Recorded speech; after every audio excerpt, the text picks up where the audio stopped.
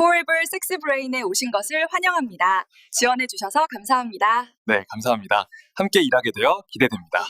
안녕하세요. 오늘 좀 역설적인 이야기를 해볼까 하는데요. 우리가 본능적으로 피하고 싶어하는 불편함이 있잖아요. 근데 사실은 바로 그 불편함이 우리를 더 젊고 강하게 만든다는 사실 알고 계셨나요? 오늘 바로 이 불편함에 숨겨진 과학에 대해 깊이 파고들어 보겠습니다. 어떠세요? 시작부터 좀 도발적이죠? 보통 우리는 건강하게 오래 살려면 편안하고 스트레스 없는 삶이 최고라고 생각하잖아요. 그런데 만약에 그 생각이 완전히 틀렸다면 어떨까요? 오늘 우리가 파헤쳐볼 이야기가 바로 이 질문에서 시작됩니다. 자, 이걸 이해하려면 먼저 우주의 아주 근본적인 법칙 하나를 알아야 해요. 바로 엔트로피입니다. 이게 뭐냐면요. 쉽게 말해서 그냥 가만히 내버려 두면 모든 건 결국 낡고 흩어지고 무너진다는 법칙이에요. 우리 몸도요? 예외가 아닙니다. 어떻게 보면 노화라는 게 바로 이 엔트로피 법칙에 맞서서 벌이는 힘겨운 싸움인 셈이죠. 아니, 그럼 이 거대한 엔트로피의 흐름에 맞설 방법이 있긴 한 걸까요? 네, 있습니다.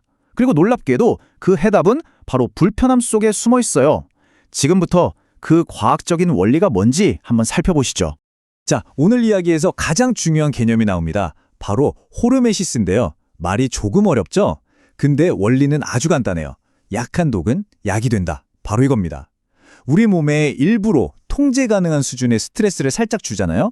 그럼 몸이 거기에 맞서 싸우면서 오히려 전보다 더 강해지는 현상이에요.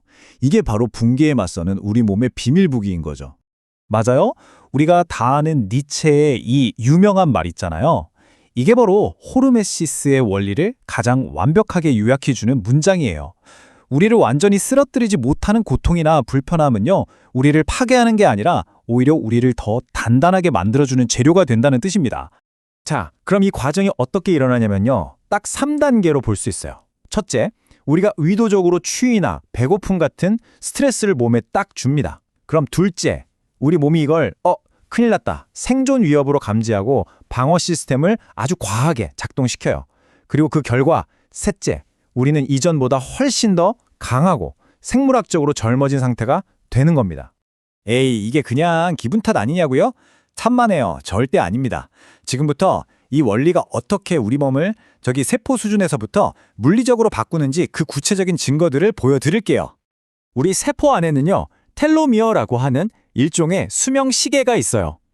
염색체를 보호하는 뚜껑 같은 건데 세포가 분열할 때마다 이게 신발끈 끝처럼 조금씩 닳아 없어져요. 이 텔로미어가 짧아지는 속도가 바로 우리의 생물학적인 노화 속도인 거죠. 그런데 놀랍게도 우리가 일부러 만드는 그 불편함이 이 시계바늘을 느리게 가게 할 수 있다는 겁니다. 마이너스 3.23년. 와, 이 숫자 정말 충격적이지 않나요? 이거 무슨 공상과학 영화 얘기가 아니고요. 실제 연구 결과예요. 참가자들이 딱 8주 동안 소식이나 운동 같은 그런 의도적인 불편함을 실천했거든요. 그랬더니 DNA 나이를 재는 호바스 시계의 시간이 평균 3년 이상 거꾸로 갔다는 겁니다. 노화가 그냥 일방통행이 아니라는 가장 강력한 증거죠. 우리 몸을 젊게 만드는 또 하나의 비밀병기가 있습니다. 바로 오토파지인데요. 저는 이걸 세포 청소부라고 부르고 싶어요.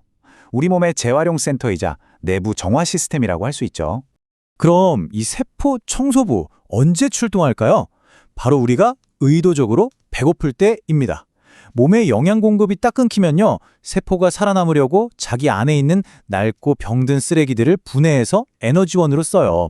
이 과정에서 특히 치매 같은 무서운 병을 일으키는 독성 단백질까지 싹 청소해준다는 거죠. 자, 지금까지는 우리 몸속 세포 얘기를 했잖아요. 이제는 한 단계 더 깊이 들어가 볼게요. 우리의 마음가짐, 그러니까 우리가 삶을 어떻게 대하는지가 우리 유전자의 스위치를 직접 껐다 켰다 하는지에 대한 이야기입니다. 행복에는 두 가지 길이 있다고 해요. 맛있는 거 먹을 때처럼 즉각적인 즐거움, 이걸 헤도니아라고 하고요. 삶의 의미나 목적을 추구하면서 얻는 깊은 만족감, 이걸 유다이모니아라고 합니다. 진짜 흥미로운 건요, 뇌는 비슷하게 느낄지 몰라도 우리 유전자는 이걸 완전히 다르게 받아들인다는 거예요. 단순한 쾌락은요, 유전자한테는 만성 스트레스랑 똑같은 신호로 익힌대요. 네, 바로 이겁니다. 그러니까요, 우리가 어떤 마음으로 사느냐, 이게 그냥 기분 문제가 아니라 우리 몸의 DNA에 직접 명령을 내리는 강력한 신호가 된다는 뜻입니다. 삶의 목적을 추구하는 건 단순히 심리적인 만족을 주는 걸 넘어서 우리 몸의 염증 스위치는 끄고 면역 스위치는 켜는 아주 구체적인 생물학적 행위인 거죠. 이 그래프를 보시면 딱 감이 오실 거예요. 유다이모니아적인 삶을 살 때 우리 몸속에선 어떤 일이 벌어질까요? 만성질환의 원인이 되는 염증 유전자들의 활동은 아래로 뚝 떨어지고 바이러스랑 싸우는 항바이러스 유전자들의 활동은 위로 확 올라갑니다. 우리 몸에 불을 끄는 소방수는 출동을 자제시키고 방패는 더 단단하게 만드는 거죠. 자, 이제 좀 어려운 과학 얘기는 충분히 한 것 같고요. 그럼 이걸 도대체 어떻게 써먹으라는 거냐? 가장 궁금하시죠? 이 모든 걸 종합해서 우리가 당장 실생활에 적용할 수 있는 아주 명확하고 실용적인 지침으로 정리해 보겠습니다. 우리는 보통 지혜라고 하면 뭔가 추상적이고 고상한 거라고 생각하잖아요. 근데 오늘 이야기의 관점에서 보면 지혜는 굉장히 물리적인 개념이에요. 바로 우리 몸이 무너지는 것, 즉 엔트로피에 맞서서 질서를 지키고 생존 확률을 최고로 끌어올리는 최적의 알고리즘이라는 거죠. 그럼 이 생존 알고리즘 어떻게 실행하면 될까요? 크게 세 가지 영역에서 의도적인 불편함을 줄 수 있습니다. 첫째, 찬물 샤워 같은 신체적 불편함. 이건 세포 청소부를 바로 출동시키죠.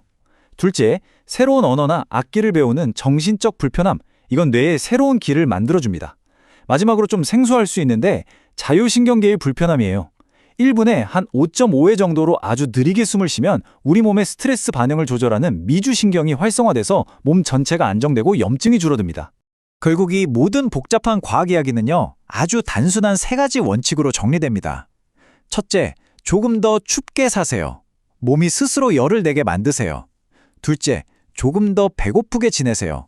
세포 청소부에게 일할 시간을 주는 겁니다. 그리고 셋째, 조금 더 어렵게 도전하세요. 뇌와 몸이 편안함에 안주하지 않게요. 이게 바로 엔트로피에 맞서 우리 몸의 젊음을 깨우는 가장 확실한 방법입니다. 마지막으로 이 문장 하나만 꼭 기억해 주셨으면 좋겠습니다.